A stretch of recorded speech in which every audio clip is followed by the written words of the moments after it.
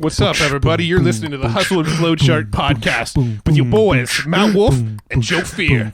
Check it. Hi there. We're back. We're back. Welcome to the show, Matt and listeners. Thank you. Oh, you're welcoming me to the show. Yeah, well, why not? Felt like an announcer. I'm the MC of the podcast today. You're very announcery. Yeah. Congratulations on your announcerness. Barry White voice. All right. So I think we are about to talk about some websites. Yeah, we're going to talk about website design and conversion optimization. Fun. Yeah, no, I didn't make that sound too sexy, did I? No, you didn't. It Yeah. is sexy. This is a really good conversation. Thank you. That's better. Come on, man. I was setting you up.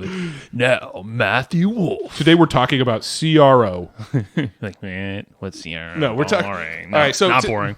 Today we actually have the guy behind the websites of guys like Kevin Rogers, Perry Marshall, Jordan Harbinger, James Schramko, Chris Ducker, Ezra Firestone, and soon Evergreen Profits. And Frank Oz. And Frank Oz, He's the voice of Yoda, Miss Piggy, and other Muppets. Yeah, Greg's company. So we're talking to Greg Merrilees today from Studio One Design, and Greg's company did the design for all of those websites, and he is just a ninja when it comes to the optimizing the website, like finding the elements on your website. They're going to make visitors convert into leads and leads convert into sales. Mm-hmm. And that's really where we go with this episode. That's pretty much it. I mean, and so throughout this talk, you'll hear like Greg has been doing this for a very long time. So he's seen the trends change online. He's seen what works, what doesn't work. And we talk a lot about those things. We talk about like the mistakes that a lot of people, including us, we made some. He actually gave us some feedback like maybe a month or two ago. Yeah, and we made some website, tweaks. Yeah.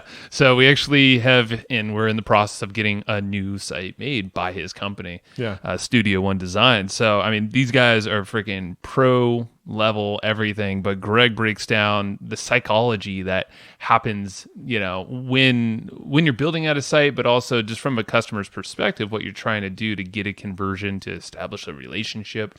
Mm-hmm. And he's very specific, and he lines out it's like 3 main key points, but then breaks down 5 or 6 other key points where the psychology really gets in, and it's things that you wouldn't think of. I also asked him, what are some of the biggest mistakes that you see a lot of websites have with their design? And chances are you listening to this has one of those mistakes on your site. So make sure you listen to the portion of the mistakes, because a lot of people are making these damn mistakes on their website. Bob, you listening right now, you probably have that mistake, so you want to Bob, hang on with us. Get on that, Bob. You too, Cindy. Cindy? Well, Cindy's worse than Bob, let me tell you. Whoa. Cindy's Don't got... call him out like that. Oh, sorry, Cindy. That's a little aggressive, bro. Yeah. All right. Sorry, Cindy. We love you. Yeah, and then, I actually transitioned this conversation at the end because I was really curious about the agency model. I was curious because we actually had the same thought about it. We're like, so we're switching gears here. We're switching gears to the same damn thing. All right. Yeah, we're switching gears to the same damn thing. But yes, yeah. The agency model, we've never had the greatest... I wouldn't say we didn't have success. We've always had success when we've had agencies. We didn't have the greatest time running an agency, I guess. It's how we want to spend our energy. It's like, how do we want to do that? Well, agency, we felt like, maybe that's not it. But Greg has dialed his agency in like a freaking Swiss watch. Yes. And he works remote. He has, I think he said he has 20 people working, but they are remote. And they don't even do team calls. Yeah, they just use Slack. Yeah. Like, whoa. All right. So this guy, and he's actually, he lives his life. He's a family man. He doesn't work on Fridays? Doesn't work on Fridays. He does Pilates, though, I think he said. Okay. That's where he's off to after this. Yeah. But amazing. So the fact that he runs an agency that I think it services about 100 people at any one time. He literally says he uses Google Docs to manage the freaking... Yeah, I mean, like, it's... what? Like, he's Or created spreadsheet, created a huge business that creates amazing designs that a lot of people love, and he's managed to simplify it, and that's what we love. And so we talk about all the design elements you need to focus on in your business, and then we wanted to shift gears and talk about how do you simplify your business. And so that's what we did, and we took notes on the process too. We took notes, and I did not remember how to get these notes via text. What's the number, Matt? Yeah, so you can get these notes pretty easily if you're driving, pull over, but pull out your phone, Be safe, and text COMP to 38470. 38470. Comp. 38470. Comp. You think I would remember that number? Yeah, but when he said 38470 comp. the jingle came back. Comp. Yeah, we should make that into a real. Like, we should hire somebody on Fiverr to make a legit jingle out of that. We're better. Yeah, but I'm We lazy. have more fun with it. Okay, fine. Or you can do it the old-fashioned way, like they did back Back- around the time the telephone was invented. Back in those long form typing days. Yeah, you can go to hustleandflowchart.com/comp, COMP, and that'll get you the notes too. You're going to want these damn notes. You got to get them quick though. You have about 2 weeks from the day the episode goes live to get access to the notes. After that, they get locked down in the vault. So hustleandflowchart.com/comp or text the word COMP to 38470. That is 38470. Comp. Thank you. Off to see Greg. Let's go talk to Greg. Hey, Greg. Welcome to the show. Hey, Matt and Joe, thanks for having me, guys. Yeah, man. We have some history. we go way back now. Way back. Yeah. And Matt, you've interviewed Greg before in a previous podcast, right? No, but Greg actually designed shirts for a previous podcast for the Beyond the Hype podcast that I had with Josh Bartlett. Totally, yeah. And I joined your membership back then as well, and you guys were quite helpful. We only did a couple of sort of group calls, but you made us set goals, and I think I hit all those goals. Started a podcast, did all that stuff. Nice. Yeah, that was at a time where Josh and I, we were partnered, and we had our podcast. We knew we wanted to podcast together, but we didn't totally have like a business model figured out behind the podcast. So we were selling, we had like some courses, and we had some coaching, and we had some group coaching stuff, and we were really just trying to like figure it all out at the time. Yeah, and then Thrivecart took off. Yeah. Exactly. Thrivecart just became a beast, and then that's where Josh had to shift his focus pretty much, and that was pretty much the evolution of that podcast. Yeah, the arc, story arc. Fair enough. Now I noticed, like, if I Google Thrivecart, you guys come up, so you must be doing some pretty good stuff with that Hrefs. Yeah. It's funny you mentioned it. Yeah, they were a previous sponsor. I don't think they're sponsoring this one. Right. But we use Ahrefs all the time. Yeah. And you're right. Yeah. I think that's how we probably find a lot of those gold keywords. Yeah, no, it's true. Nice. I mean, we had a little bit of a leg up with Thrivecart in that we were like, when he first opened the doors to it, he allowed like 3 affiliates on board. He was like, I'm just going to test this on a very, very small scale. And so we were one of the initial affiliates that he allowed to promote it early on. And that allowed us to kind of get a head start on other people with our content marketing. So, we did have that little bit of a leg up, but, luckily because of the timing of it all, we're pretty well SEO'd for a lot of Thrivecart related keywords. Yeah. Awesome, man. Yeah. I mean, this all relates to what we're talking about anyway, is having like a really solid website and asset that you can, have it kind of decked out with the right components that has the end goal that you're trying to shoot for everything that you saw, it's more like a blog in content forward, but it generates a lot of money. And well SEO'd, which are all key components of probably a ton of stuff we'll chat about here with you too. Maybe not. Maybe not. Just say who knows? I'm not an SEO expert. Yeah, but I get it. But that's why we team up with partners like Stephan Spencer and people like that. World leading. He's been on this podcast too, hasn't he? Yeah, he has. Yeah, we've been on Stephan's his. He's been on ours, and cool. We're actually in talks with him to maybe work with him a little bit closer on some things. So he's a good guy. He is. Yeah. And your buddies with Schramko, of course. James Schramko is a mutual buddy of ours and been on our show. I don't know how many times now, how many hours. They're always long conversations. I think he's been on 3 times now, and I think every time he comes on, it's like a 2-hour call. It's so good. Yeah, but then you leverage that. You put on both your podcasts, which is really cool. Yeah, that was an idea. Yeah, we call it simulcasting. Yeah. And, it works. Yeah, and we're like, let's keep doing that. It's fun. Very cool. Well, Greg, let's get into your backstory a little bit. I know today you've got Studio One, which is just an amazing design company, and I know you do shirts for podcasters, and you do you do web design for a lot of big name people. I actually learned today by going through these notes that you did Frank Oz's website. Yoda. So Yoda, exactly. You're doing some really, really cool stuff and working with some amazing clients in the design world. How did that happen? Like, what were you doing before the design world, and what was that evolution like? Yeah, well, look, I mean, if I think back to like school days, I always had a passion for drawing and graphic design, but I didn't really enjoy school. It kind of sucked. I really just went there for the design and lunch and the girls, and and then I quit at 16 because I had an opportunity to get a job in a t-shirt printing factory, but as the designer, one of the designers there, and absolutely loved it. So I was there for 10 years, and then. One of the owners had a brain aneurysm and died, but at the time, that was terrible at the time. But then two of his clients said, do you want to work for us? And I said, well, let me think about this. And I was 25 or 26 at the time. And I said, well, if I start my own business, will you give me work? And they said, yes. The other guys, I said, will you give me work? They said, yes. So I started my own business, and that was 20 years ago now. So then at the time, we just designed T-shirts, and we did it for, Australia's, we designed for wholesalers that supply to Australia's retailers.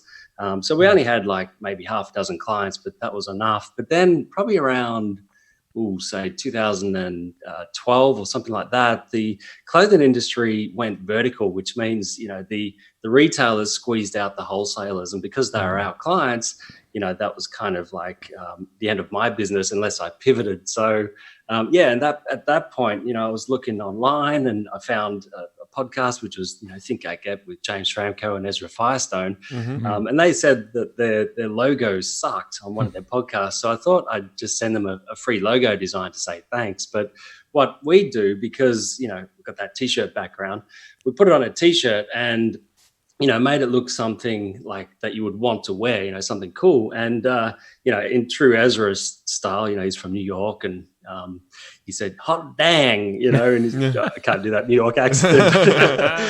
And he absolutely loved it. Yeah, he said, it looks like some fancy softball team. And, it was really funny. But so then, I started, building trust with those guys, and they liked our design. So they had us design bits and pieces for their websites, and it just kind of grew. And then I remember James Schramko came to my office one day, and he said, well, why do you have this office? And I said, well, I've got local clients, I've got 6 full-time designers, and what do you mean?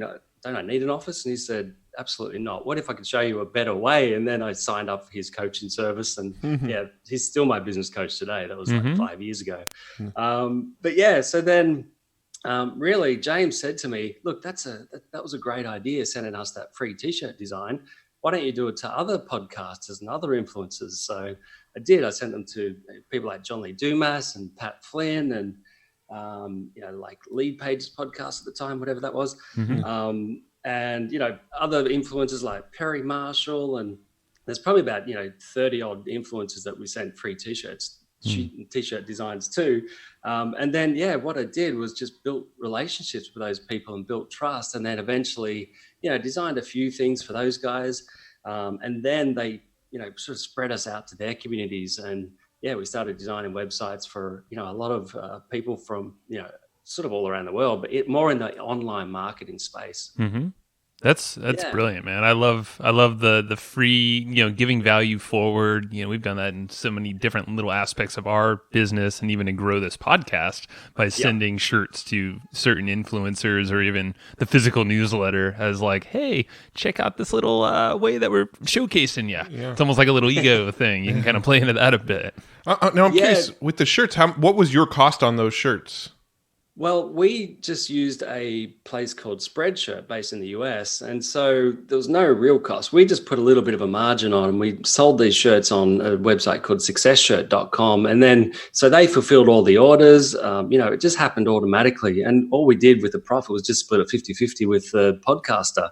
So, it was really quite a simple model, but it wasn't to make money. It was really just to build trust. Yeah. I was just more curious, to sort of, I was trying to get an idea of what it cost to get on these people's radars. You know what I mean? Sorry. Yep. I'm with you. Yeah. So, it was really just, maybe a few hours of time. Yeah. And I guess it wasn't just me. It was, my design team as well. Still had at that time, I think 4 designers when we were trying to, grow the business and pivot.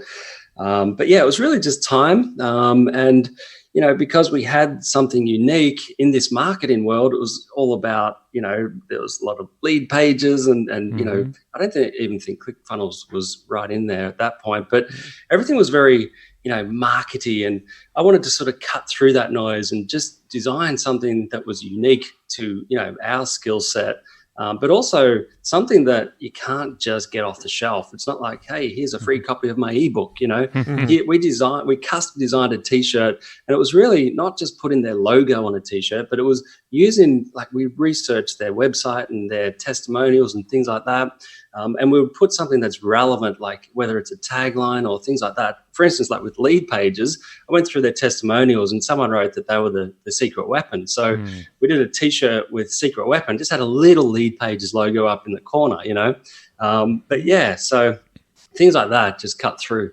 I remember that one. Yeah. And cool. That specific design, because in all honesty, you designed our Hustle and Flowchart shirts as well. Really? So the ones that are available for sale have all been designed by you. Thanks, man. And your team, and they're absolutely amazing. I mean, they're high quality designs. We haven't even made a podcast logo, but maybe one day. That one. I like yours though. I like your logo. It's really that was designed by Matt. that was done about 10 minutes in Photoshop, and it was a selfie, and it was a picture of me and Joe and Brad, and I cropped Brad out of the selfie, and then messed with it in Photoshop. Yeah. That was true to us, but yeah, it's the quality of your designs, and I think the thoughtfulness of the designs as well. It's not just like, here's a logo, you slap something on a shirt, but it's like what you just said, you're pulling out these elements that are true to the brand, and I feel like that's what makes you really unique. Yeah, absolutely. Yeah. Cool. But with your logo of your podcast design, it's actually quite a trend at the moment to be a little bit more organic and not so polished with design. If you look at all social media posts, they're the ones that get shared because people don't want it to be perfect. They want it to feel, handmade and more organic. Mm-hmm. Yeah. And I'm sure there's probably a fine line you can go with your fancy designers and whatnot to play into those trends as well. That's good feedback. That's good to witness observe that. Yeah. So as far as websites go, you've designed websites for Kevin Rogers and Perry Marshall and Jordan Harbinger and Schramko and Chris Ducker and Ezra Firestone. Like, how did the T-shirt business transition into a website design business? Yeah, so really it was from listening to lots of different podcasts, Lead Pages, what was their podcast? It was all Conversion Cast. Conversion Cast, yeah, exactly, yeah. And other podcasts like that, and then just, discovering a lot of, conversion experts like Pep Lyer from Conversion XL and Tim Ash from Site Tuners, and then Mech Labs. I think his name is Flint McLaughlin. And yeah, these guys and their YouTube channels. And I got right into it. I just loved learning about what gets results and, reading books like Robert Cialdini's Influence and, Persuasion more recently. But I just had a real passion for figuring out that it's not just about a pretty design at all. It's more about, conversion focus. Like, you need to get a result with your designs. So, I think what we did, just to be a little bit different, was, we understood marketing at that point, but we were still we had a fashion background. So we wanted stuff to look really cool, and not just on a T-shirt, but on a website. So that was kind of our unique angle, to not just give them a, conversion focused design, but have it look sensational. Yeah. So I think that resonated with some of those experts, And it's perfect. And what other offerings do you have now? I know technically design can go anywhere, but the website is kind of the core T-shirts, and I believe you have others too. Yeah, we do. I mean, definitely websites and T-shirts, but more branding as well, like, logos and just the whole look and feel of somebody's, entire marketing presence, whether it's online or offline. And so what we do there is we have a brand director that will come up with a mood board, they'll come up with the look and feel of the colors, the composition, the fonts, the the logo, pretty much everything. And she'll put this multiple page mood board together before we start, designing. And that can just, really help the designers, but help the client as well see the vision that we have for their brand. But yeah, so that's sort of like the starting point. But then that can go into pretty much anything from slide decks, presentation, podcast, blog posts, pretty much anything related to marketing graphics. I like that idea of the mood board, because I know you personally, it seems like, at least in our interactions, that you have a hand in a lot of this stuff.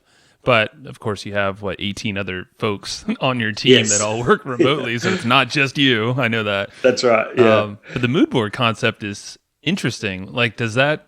And I think like others can probably take this. I know we could probably benefit from having a mood board, quote unquote, and kind of use it as a branding roadmap for the entire team. Like, is that kind of what it is? Well, not really. That's more a brand style guide, which is like the last thing we'll design. But this is just an initial, let's create a brand new custom look and feel that suits your business, essentially, right?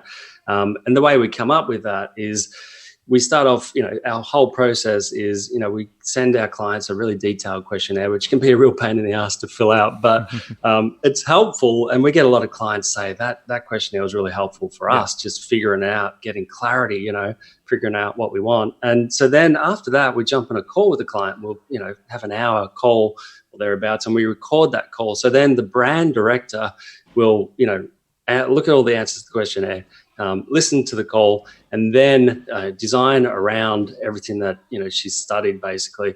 And yes, so when we design, because every business is unique, we have to create a unique look and feel. And obviously, when we get to the actual website pages, we approach that with a unique style as well. But when we're creating that look and feel, we're not just thinking about, what the client wants, but it's what does that client's clients want? You know what I mean? So what's going to appeal to them as far as colors and imagery and fonts and all that sort of stuff. We want it to resonate with the target audience. Yeah, that's really cool. And I think it's super helpful for anybody in their brand to get clear on that and really kind of study that. Yeah. Now, I want to go ahead. I was just going to say, and then, so once we've created, the look and feel, and the client says, yep, we love that look, then we'll apply it to the web design and all the other bits and pieces.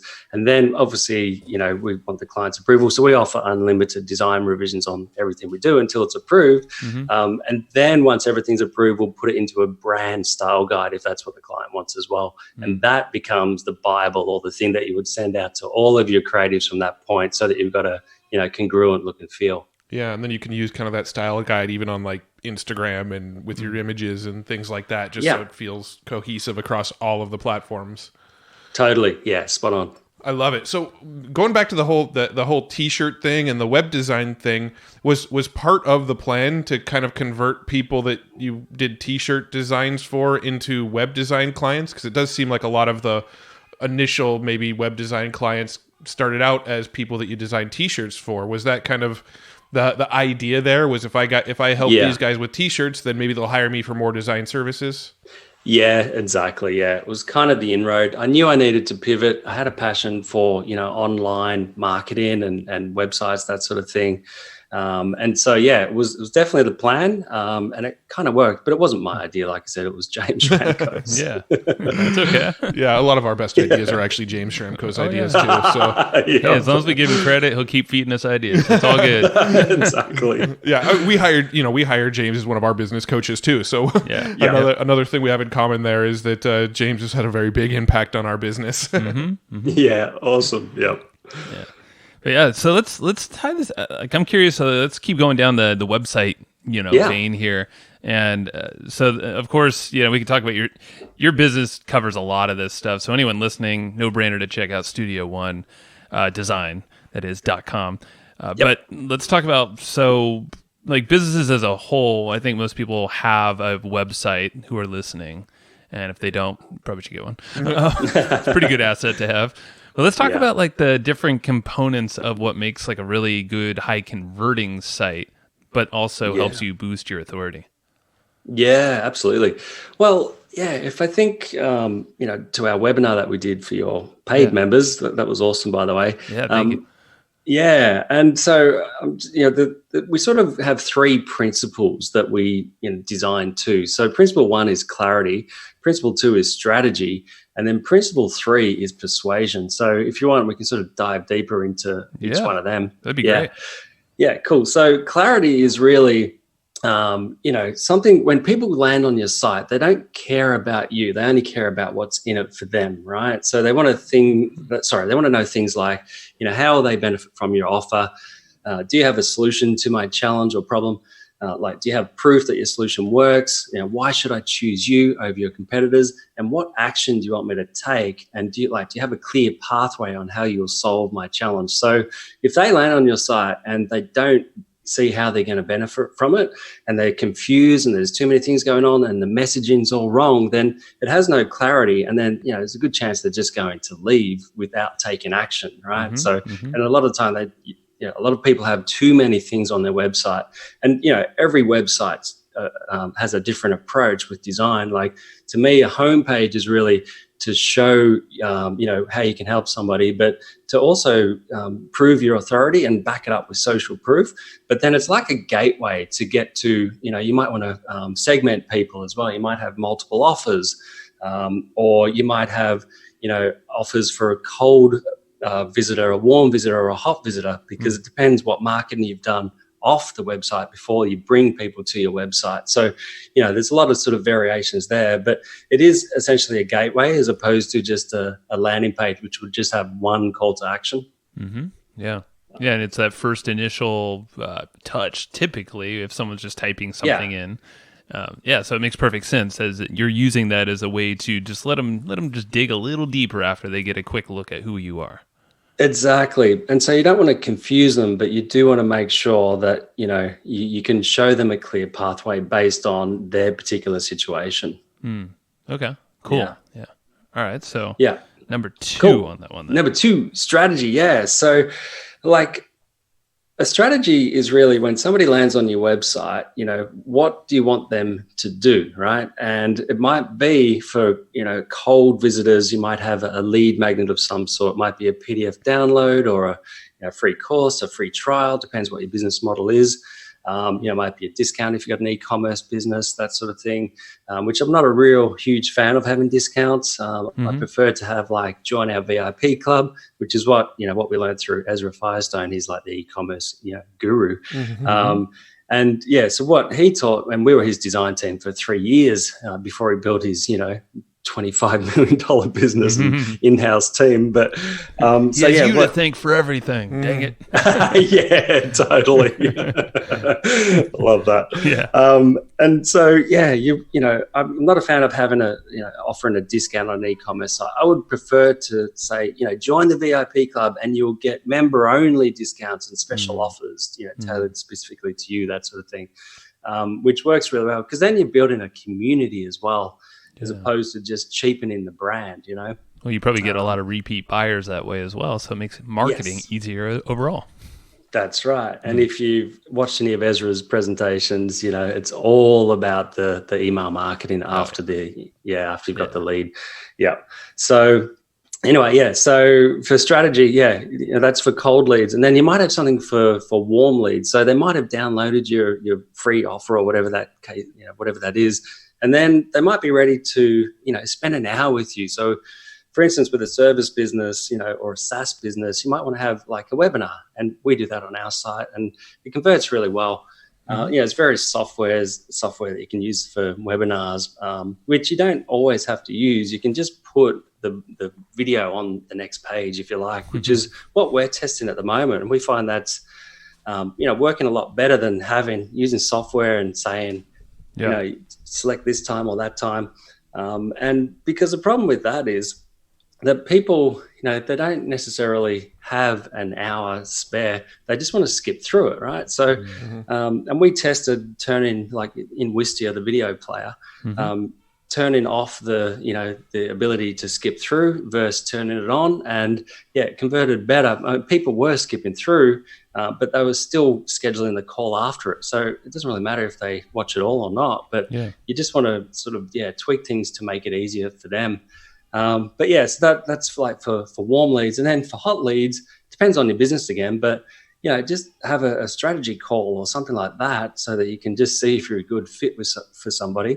And if it's a membership, whatever, just have a buy now button. You don't need to put people through like an ascension model, to take them through this step or that step or that step. Just give them the opportunity to buy straight away. Yeah. No, I think that's, I love it. Because that's very similar. I know Schramko preaches, I just call Schramko, James preaches like a chooser type thing he has one on his website. And totally. Like self-select where you go, and it's a custom path. Yeah, exactly. Yeah, and that's really Ryan Levesque's ask method, and it's meeting people where they're at. So it's not just a cold, warm, or hot lead magnet. It's really just giving people a clear pathway based on their particular challenge. So I think Schramko has 4 different things, and 4 different I think he starts. I better open his website. We designed it, but I thought so. The new one too. Yeah, but he has. The first option is I need help with business strategy, and then the next one I need help with traffic or sales. Need help with blah blah blah. Right. So then people select that, and then they go to another page, and then he says, right, which profit zone are you in right now? So not quite 10K a year, somewhere between 10 and 500, more than 500. So the point is, like, he's segmenting people, but it's really helpful for that person that's being segmented, because he's going to provide them with a solution based on where they're at right now. It is based on Ryan Levesque's ask method. And then what he would do, what Ryan Levesque says to do is, let's say you've got a landing page for your offer, but they've come in through being segmented from, let's say version A, then the landing page of version A would have testimonials and copy that's slightly tweaked to match that version A, and then same with version B or version C. So you want to just tweak the text slightly. It's the same design, same landing page, same messaging, but slightly tweaked to suit whatever they came in from. Just pretty smart. Oh my God. I've always loved, and yeah, you're right. It's totally Ryan Levesque's model, but I love the execution of it. Well, just from a conversion standpoint too, like the sales messaging that you can put in front of them after a chooser is just going to be so much more dialed into that specific person. Spot on. Yeah. Spot on. Yeah.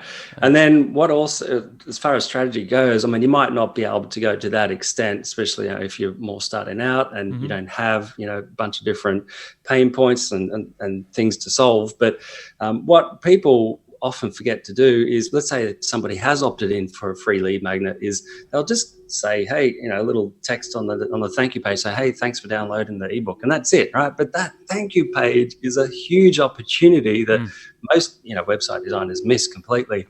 So you just want to offer something else on the thank you page. It might be the next step in your funnel, that warm thing or the hot thing, whatever it is. But I recommend having like a video on that thank you page, and it might just be a face to camera video, just saying, hey, thanks for downloading the free thing, whatever it is. Now I'd like to sort of offer blah, blah, blah, whatever the next step of the funnel is, and then explain what that is exactly and educate them a little bit. And, it's really the opportunity to build trust. They've just given you a yes, so now there's a good chance they're going to give you another yes if you get their attention. I love it. And everything, if you could just make it low friction / allow them to choose the next best option. This also reminds me, this is something that Matt, you'll know, the super signature email signature. That's Dean Jackson. Dean Jackson's. I forget who told us about it. Yeah, it was Dean Nick Jackson. Kuzmich who was talking to us about it on our show. Yeah. Yep. You could use the same concept here. It's essentially that. It's like, hey, now that you've done that, thank you. It's like, here are the next few ways that you can do business together with me. And it might be, from easy, moderate to more, advanced, let's say. Yeah, absolutely. And then, once you've got their email address, don't just, leave it there, and respect that email address as well. The purpose of it is so that you can build more trust with them over time. They might not be ready to purchase yet, right? So, don't abuse that email. Don't spam them. Just keep providing helpful, information, and, whether that's putting them into a nurture sequence, where you have things already preset, or if it's just sending them new information once you've got it, and once you put new content on your website, like on your blog, your podcast, or whatever. Send people back to your website to consume that helpful content. Awesome, cool.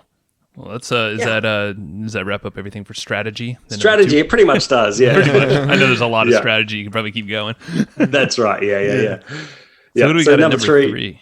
Yeah, persuasion. So really, this is like the book influenced by Robert Cialdini, The Psychology of Persuasion, and so that was really one book that sort of changed my business really because of the fact that it's just so powerful. If you put these principles, which are authority, social proof, consistency, liking, reciprocity, and scarcity on your website, then that can really help persuade people to take action. So obviously you need the right copywriting and the right message, and you need to have an offer that people actually want to pay you for. But if you put all of these elements onto your website, you can really give it a good boost. Yeah, no, the persuasion. I mean, both of those books are absolutely amazing. Yeah, and even just if you want a quick hit, it's like look up a summary, and you can probably get the points and honestly, just like go down each chapter. It's like cool. Like make sure you have all of these, and just start with like one. That's boost your conversions. Yeah, totally. And as far as I can sort of give some tips as far as a website goes, if you want for each of those points. Yeah, sure. So cool. Well, with authority, you can display your authority, visually. Like, for instance, you might be speaking from stage, or even, if you're a tradesperson, it might be professional photo of you and your team standing in front of your vehicles, that sort of thing. I really encourage people to get a professional photo shoot done and professional videos as well, because you can really take your perceived value to the next level based on that perceived authority, right? Yeah. And then it doesn't cost much to get some very professional looking photos. I mean, everyone has a really nice camera. It's just get someone that has an idea of how to light it up and frame it right. Yeah, totally. Exactly. Just start at least. Yeah. And, here's the thing, like you might have an awesome service or business or whatever the case is, but if people land on your website and they don't see that you're awesome, then they might not think you're as awesome as you are, right? Yeah. So you're kind of doing yourself a disservice if you don't invest in that. And if you think back to, I don't know, like the old days where shop fronts were, the first impression. Well, these days it is your website. So, it is like the receptionist. And you want to make those first impressions last. So you don't get a second chance at first impressions. Yeah. So that was the authority element of influence. Yep. And then social proof, which is really just having other people sort of, say how awesome you are instead of you saying how awesome you are, right? You want other people to give case studies or, video testimonial, written testimonials, reviews, product reviews, that sort of thing. But the more social proof you can have on a website, the better. And case studies are especially powerful. So a case study might be showing how or what their situation looked like before they came to your business, and then how you helped them, throughout that journey, and then what the results were. So then people that are on your website, they'll read those stories, they'll resonate, and they'll figure out how you help them might be how you can help that visitor as well. Mm-hmm. Yeah, it's a relatability factor. Yeah, totally. Yeah. And just on that, like I see a lot of websites, they put logos of, as seen on, all these massive publications, but, and then they might have, I don't know, maybe say, 2 clients that were big names. But the problem with just putting those big names and as seen on those big publications on your site is that if your clientele is, a lower, sort of, say a smaller business, right? And they just see these big names, they're going to think that you're not for them. So you really want to mix it up and show a range. If you've got a lot of medium-sized businesses, then put medium-sized logos on for the majority of it so that, people aren't turned away thinking that you're not a good fit for them. Yeah. And not to mention that the whole like as seen on stuff has kind of lost a lot of weight over the years, because you get people that go out there and they'll submit a press release that goes on like every website on the internet, and now all of a sudden they're as seen on Fox News or whatever. Yeah, totally. Yeah, I agree. It's diluted. And then consistency. So just having a consistent look and feel across your website and your whole online presence, from your social media to your offline events, whatever you're doing in the form of, in the way of marketing. But yeah, also having a consistent voice and consistent values as well. So, if you're sharing content on social media, and you've got a consistent voice, then people are going to start to trust where you're coming from and that particular set of values that you have, and then there's liking. So once again, I mean, people buy from people they know, like, and trust, right? So, put your opinions out there, and, if you're doing a blog post or if there's a news story or whatever, put your opinion. Don't just like copy whatever else is out there. Put your opinion into it so that people really get to know, like, and trust you. Yeah. That's huge. And I was going to say something on the consistency factor too. We're realizing that, at least in our experience in our business, Matt was literally, sorry, this is just like, he was flipping through Robert Cialdini's thing, and he had a bookmarker that was actually a Power Rangers like playing card or something. Like, what the hell is that? Yeah, I totally screwed up Joe's train of thought by handing him my bookmark, which is a Power Rangers trading card. Where did that come from? I have no clue. I don't remember ever collecting Power Rangers trading cards. But consistency, to what, that was your the third point from persuasion. Robert Cialdini is, with us, our voice. A long time we did not have consistency. At least, it didn't feel as consistent, or like our voice here as compared to like our stuff on social media or our website as a whole. But now we've definitely been, folks that we meet in person say like, no, you are the same person when you are here as you are online and in person. Awesome. Like, wow. And the trust factor, like you said, then it gets into liking and the whole authority building and persuasion. It just makes everything, the whole relationship, much easier. Yeah. I think a lot of people over construct what that should just be you everywhere. Yeah. Yeah, true.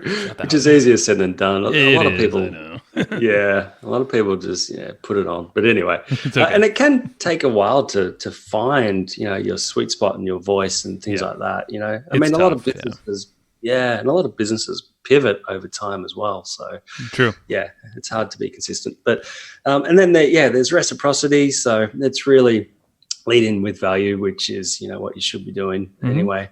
And people are more likely to give back, if you've given something to them first, essentially. So it's not just for lead magnets, but it's like, you guys, you got this awesome podcast, and you're not asking for anything in return. And, that's just building trust. And it's a really, really powerful, principle, in my opinion. Yeah. Thank you.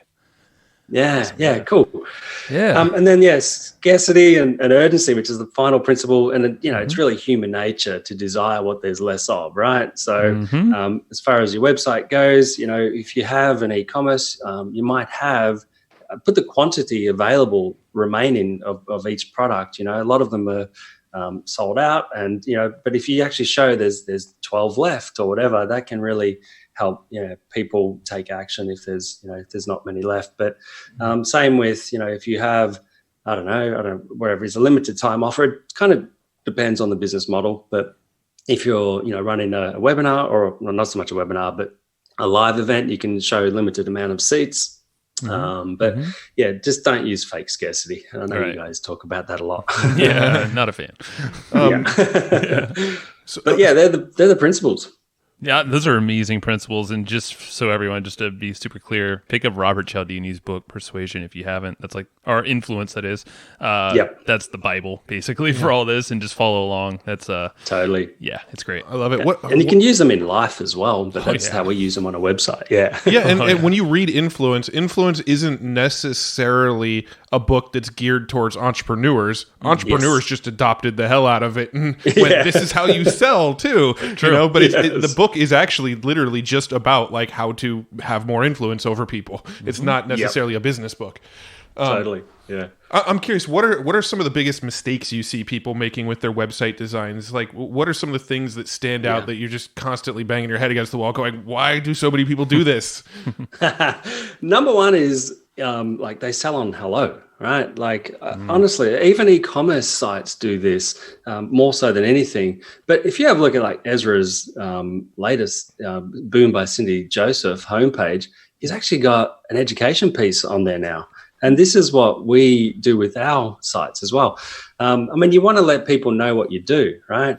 But yeah, I mean, he's now see the tutorial. So he's educating people on, why this product's awesome. And he's got social proof in there and, Jennifer Aniston, like authority and things like that. Wow. And then the products are the solution to that problem, And so, yeah, the biggest problem I see is people try to sell on hello. And look, it may work. And look, it's only worked with one of the websites that we've done because of the fact that, they've done a lot of marketing off the site that brings people to the site. So then you can have a buy now button on there. But yeah, if you've got cold visitors, just don't try to sell on hello. So that's probably the biggest mistake I see. Sure.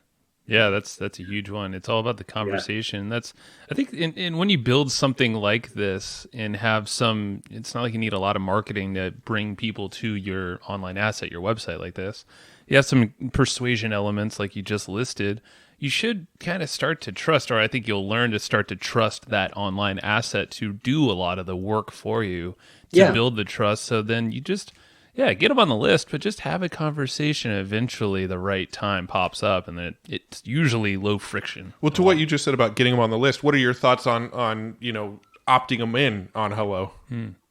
Oh, definitely, yeah, because that's not really a sale. I mean, you're not asking for money, Given value, in exchange. Given value, exactly. So, yeah, I would encourage people to, to have an opt-in for sure. Anything, just asking for an email address, and just on that, don't ask for like 5 different fields, like email, phone number, first name, last name, all that sort of stuff. You just need an email address, and I ask for the first name because when you do send people emails, you want to address them by their first name just to make it feel more personal. That's true. Yeah, that's something that we don't do much of. All of our customers, we have their names, so we try to personalize customer emails, but for our actual lead emails, we rarely collect names. I mean, to be honest, we haven't done a whole lot of testing. That was kind of one of those things. It's like everybody always used to tell us the more fields, the lower the conversion rate. So let's just only ask for email. But to be honest, it's something we probably should test again.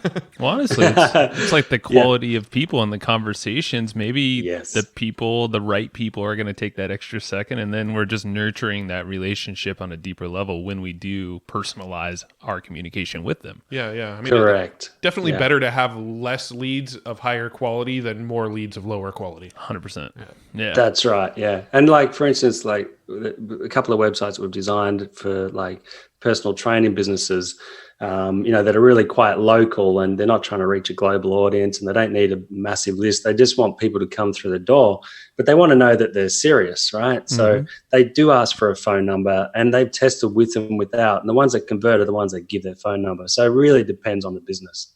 Yeah, that makes sense. Are there any other, like, from a design standpoint, things that you're not really a fan of? I know for me, one thing that I really don't like with design, and you may disagree and have a counterpoints to it, but I really don't like it when people put sliders at the top of a website and like scrolls through images. And they're a proven conversion killer. So in like 95% of split tests, then and this is not me doing the test. Sorry, this is Conversion XL and Mech Labs and all those people that I follow.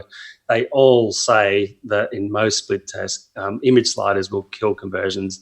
And, there's about a dozen reasons why, but the main one is because it's freaking annoying for people, right? They're trying to read something. And there's a lot of tech issues sometimes in browsers and mobile. Makes your site load slower, Yeah, totally, And video backgrounds are pretty much in the same boat as that, from the point of view that they are so distracting. Unless you've got not much else on the page and it's just a simple message or a simple opt-in or something like that, then it can work. But generally speaking, they're slow and they're annoying and they do not work. Are there any trends that do work, like with design, that are just like new and fresh, or ones that you always go to? Yeah, so anything, you can have a little bit of a micro movement, and it might be on a call to action that just potentially jiggles a little bit or things like that. Like a button. And also, just to draw a little bit of attention, but don't have it, like like flash in and like the old way of, designing websites where there's spinning in circles, bells and whistles. Yeah. Just a micro movement. But also, for instance, we like to use this thing called like an impact, like a metric bar, right? And it might be just like underneath the main banner on your homepage, a row of metrics that move. So in other words, you might have 10,000 followers, for instance. So instead of just showing the number 10,000, it'll count up from 5,000 really quickly and stop at 10,000. So it'll get a little bit of attention. And the only things we want to draw attention to are call to actions and social proof, really. Excuse me. I'll have a sip of water. Yeah, no, that's awesome. Actually, that's a great strategy. There's call to actions, of course, but social proof, because that is creating the trust to then click that call to action. I don't know if he still has it or not, but I know on Pat Flynn's site up in the top right, he's got like this is my monthly income number, and then there's like a little graph behind it, and the graph is just slightly animated. Yes, it draws a bit of attention, yeah. And that's kind of what makes him unique, doing those income reports. Oh, yeah. Yeah, although I think he stopped doing them about a year ago, but... did he? All right, okay. I don't know. There you go. That's since he hired James Schramko. Yeah, maybe so. There you go. Good for him. That's cool. There you go. Yeah.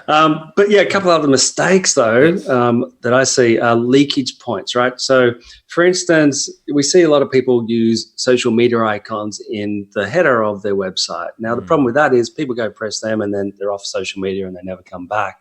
Now, yes, you can have them open in a new tab, and that might help a little bit. Some people have it open in the same tab that their website was on, so they just lost them forever. But then there's other leakage points as well. So, for instance, if you do have an opt-in, and it's a requirement to have a privacy policy, on a website or an opt-in, especially if you're sending paid traffic to it. When people click on that privacy policy link, people have go over to another web page totally, and so therefore they may never come back. So what we do instead with that privacy, when they press that, it'll just open a pop-up on the page showing the privacy. So there's no leakage. They're not going to go anywhere else. And then, for instance, videos as well. People embed YouTube videos on their website, but they don't have the paid account, and so people go and they play the video, they get to the end, and then they have other recommended videos, or they have the YouTube logo in the corner, and they press that, and they leak off to YouTube and never come back. So we like to sort of eliminate any leakage points. So when you say you don't have a paid account, there's like a way to pay YouTube to be able to not do that? I actually didn't know Correct. that. I did not know that was a thing. It is a thing, yeah. What is this? Yeah, well, I don't have it myself. I use Wistia, but okay. And the reason I use Wistia is because it has really good analytics and no leakage points, and it's a beautiful player, and it just looks really nice. But YouTube, you're asking for trouble unless you've got a paid account. You can turn off, when it gets to the end of the video, there will be nothing else, and you can remove that YouTube logo from the corner of the video, so you just can't leak off. Yeah, perfect. Yeah, I mean, we use Vimeo for pretty much the same reasons. Perfect. I don't think it has nearly as in-depth analytics as what Wistia might have, but no leakage points. So. Same idea, same reasons. Yeah, totally. Yeah. Vimeo is great as well. Yeah, it is. Yeah, cool. Interesting. Well, I sort of want to shift gears, unless Joe, you had more stuff specifically on the design thing. No, I wanted to shift gears too, but I want to hear what you're shifting to. Okay, first. So I actually wanted to shift gears because your business is clearly an agency business. And, Joe and I we've actually toyed with the agency concept. We've had multiple agencies in the past that we did. We had a handful of clients. And then kind of once we finished up with those clients, we want to keep doing an agency. And then we sort of phased the agency out. And then we had a new idea and started a new. So we've had multiple agencies over the years and that have kind of come and gone. And we're actually in a position now where we're probably going to have another agency pretty soon in the podcasting space. Wow. So I wanted to kind of talk to you a little bit about like your agency model. And one of the things you said before we even hit record was you don't typically work on Fridays. You'll jump on podcasts on Fridays, but your work day doesn't really, your work week doesn't really typically extend through Fridays. And so it sounds like you've built a pretty good lifestyle business around an agency. And our experience with agencies is they've always been quite a lot of work, a lot of hands-on from us, a lot more time consuming than more of like an info-based publishing business like what we sort of have done mostly. So I'm kind of curious how you sort of engineered that business to, be an agency, work with a high volume of clients, but still create like a great lifestyle freedom for yourself. Yeah, look, I would say, 5 years of just step by step implementing this and that and building the team slowly. And it is hard with a service business where you're offering a custom design service. So I think there's a few things, but number one, like we offer unlimited design revisions because I don't want to have to sit there and count the amount of revisions, right? Love it. So you just nix that. You're like, all right, keep it easy. Totally, yeah. So for the team as well, they don't have to worry about it. We just offer unlimited revisions and that's it. So we just keep going until it's approved. But so that's one thing. And then obviously, we've got a team. We've got 20 people on our team. And so with that, we've got a design manager. I mean, my role is really just to bring the business in the door, but I don't do all of that these days. I've got a salesperson that's also a website strategist, expert marketer. So she does most of the calls these days, which is really helpful. But it took a while. Like for each step of getting to that next level, I do systemize and I do have SOPs, standard operating procedures. And so even for taking the sales call, that I don't do much of anymore, I had to write a full SOP, and then I had my salesperson do it with me, on the call with the clients for about 6 calls, and now she just does it by herself. So it's kind of that. You do it yourself, you write an SOP for it, you watch someone else, or they do it with you, and then you watch, you let them have it sort of thing. And so that's what we do with every sort of step of the way. And we do have design managers that, I did help at the start, but I don't have to anymore. And we do have a team that are based in Australia and the Philippines. I find Filipino designers, they might have really good folios, but they don't have really good marketing knowledge or, conversion focused design. So then our designers from Australia will teach them. And it's a bit of a long process of, bringing people up to speed. But I think probably the biggest key is having the right people, like hiring the right people from the start. So, we have a pretty good process for hiring people. And, it's kind of similar to our when we onboard a new client. We have a lot of questions that we ask them. Then we do an interview, and then, we'll sort of pick the people that we think are a good fit, put them on a 2-week trial, and then extend that to 2 months and, then, have them full time sort of thing. But I think having a good team is crucial. Having standard operating procedures for every step of the way. Now, I don't create all of the standard operating procedures either. I have the design managers create their own, the VA create her own. And the hierarchy is really just me and the salesperson, and then, the brand director, the design managers, then the designers, and the VA who deals with the customer support. So it sounds like, and I think it is, because I know you love to travel and do a bunch of other cool stuff. You kind of created a really solid lifestyle business with this agency model and leveraging the team and being remote. Would that sound correct? Yeah. I mean, it's not, I still work probably 40 hours a week in 4 days. So it's like 10 hours, but at the same time, I do love what I do. And I don't mind working 10 hours a day for four days in a row, because then I get 3 days off.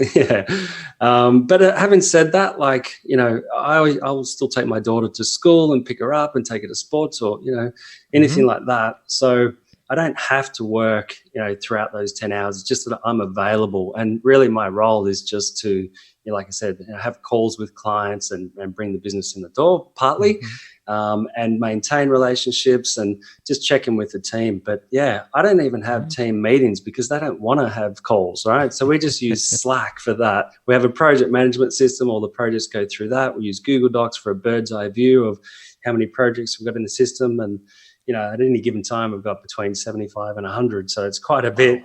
But it's quite easy once you've got a system in process, and a process and people to manage it. So it just doesn't really rely on me that much. I do love the business, and I'm quite passionate about design, and I like to oversee it, but I probably don't have to work as much as I do. Yeah. Well, we filled out your onboarding questionnaire, and it's a pretty hefty questionnaire. But just going through the process of filling out that questionnaire, I found so many like holes in our business, and so many. It was like it was a very educational process for me, because in the process of answering these questions of like, who is your ideal client, and what does your avatar look like, and what's the demographic, and trying to just get all this information out onto this document, I was sort of uncovering blind spots in our own business. So, the questionnaire, although it is pretty long, it is something that I think will be beneficial for clients to fill out, and then obviously it makes the process so much smoother for you guys once the client is onboarded. And we're gonna be doing a complete overhaul of our website, likely in like November or December. So, that's in the works. With you, of course. No, with the competitor. No, I'm just kidding. I'm just kidding. Awesome. Yeah, no, we're stoked. And because we finally, and you helped us actually through that questionnaire, I think, Matt, when you were filling that out, it really had us thinking about our brand as a whole. Like, where do we focus? Because, everything has its own little brand to it, but the cohesive brand, it really got us to think, like, what's our hub? Where should we be focusing? And Evergreen Profits is what we decided on, as the main hub where everything kind of lives under. So it's, it, like Matt said, it uncovers some blind spots. It brings clarity to a lot of things in our business. And that's probably awesome for most people that fill out that form too for you. Yeah. So, and then they could a cool looking logo or website too as a benefit. Yeah, you got it. Awesome. Yeah, I'm looking forward to designing your site, guys. Yeah. It'll be cool. Thank you. It's going to be fun. Yeah. Now, I know you said you had a different topic. Was it the same topic? No. I pointed at we literally shifted gears to the same exact thing. Okay. So, I just wanted to shine light on your business model and how the day-to-day looks like, and you did it perfectly. It gives us hope that you can create a good agency with amazing systems, because I know with the systems that's like the backbone to everything, but also keeping it simple sounds like is a big thing, not going too wide with it. Yeah, exactly. I think it's pretty simple. Like I said, just using Google Docs for an overview. It's pretty manual, but you can just see it. And it's all color coded. You can see who's working on what and all that sort of stuff. So cool. Well, you're also not trying to launch a new brand every 3 months like we do. That's the thing. We definitely work a little harder than we should, but it's the freaking ideas and talking to people like you where we get good ideas. I love it. Yeah, we have some amazing too. Guests on this podcast. Yeah, you want to know what the the podcast is 95% amazing. The 5% that's a slight curse is that we're getting fed amazing ideas constantly by brilliant people. I love it. Yeah, that's true actually. Yeah. No, it's seriously this it's a blind spot that we didn't know, and we're like, crap, that actually kind of deters, or it slows us down in some respects, but we're finally at a point where I think we're realizing that, and we're gonna get the best of both the worlds, so it's okay. Well, I do have one last question about the actual business, and you mentioned that the key is really finding a great team. Do you have like a specific resource that you like to go to hire, or are you just kind of putting feelers out all over the place and bringing in who you can? Yeah, so my biggest resource for hiring a team is my team. So but look, that takes a while, obviously. But before, when I first started looking for people in the Philippines, I looked at onlinejobs.ph, right? And we still have our feelers out there as well. It's pretty hard to find really good talent in the design world, I find. But you might find 1 in 100. Type of thing, applicants. So same, I've had that experience too back in the day. It's like yeah. But still, so now it's the team. They always know somebody that's looking for work, and they mainly they have a nursing degree, but then they have other skills as well. But especially with design, they're all part of design communities. So when we need to put the feelers out, they'll put the word out. Very cool. That's nice. It's just leveraging relationships, and I know that helps with the team as a strong entity as its own, that they can all support each other, which it sounds like they are, if they're kind of self-managed and then with just Slack. That's the beautiful thing. They don't need calls. That's even better. Yeah. And all we do is get them to record their time on each project. So we know how much time we spend on each project. But, we don't monitor that. We don't put any of that software on their screens to do screenshots to make sure they work in. Like, I know they stuff around, looking, I mean, they might be on social media, they might be doing other things, but that's fine as long as the work gets done, Yeah. Funny story. I actually hired somebody once back on Odesk, I think it was. And they, at the time, they had like a screen capture thing where it would capture their screen like every 10 minutes. And and I went and looked at their screen captures one time because they were developing something for me, and they charged me for 10 hours or whatever. And I went and looked at their screenshots, and 5 hours of it was porn. 5 hours. Wow. Yeah. So needless to say, Odesk didn't end up charging me for those hours, but Didn't even know that. That's awesome. But no, we don't use those screen capture tools or anything. That was just a mechanism that was built into that app, that's right. That's right. Not for our team, but for someone brand new like that, maybe. Good thing that you did. Yeah. Hopefully the code was good. The way I see it is you want to build trust in them. You want to let them know that, you trust them. So that's a good way to lose that trust, to put a screen capture tool on their computer. Right. Yeah. It's true. Well, let's wrap it up. I know we've gone a little bit, unless Matt, you got something else? I'm good. I think I got all my. Give me that look. No, we're good. Yeah, man. Well, let's. Well, this has been awesome, guys. Thank you. Yeah, Greg. I mean, other than and we talked about influence a lot and persuasion. If there, and this is a swipe from Justin Brooke the other day when we had him on.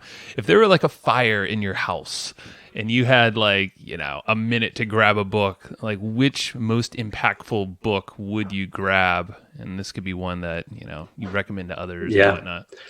I would say The Art of Happiness by the Dalai Lama. That's probably one of the first books that I read in my early 20s, and I was just thinking then that if the house burnt down, well, you'd want to try and find some happiness somehow. So I'd probably read that again. That's a good one, man. I just finished the Book of Joy with it was the Dalai Lama and Desmond Tutu. Oh wow! And it was like an interviewer was interviewing them, so you might like that one too. I have nice, yeah.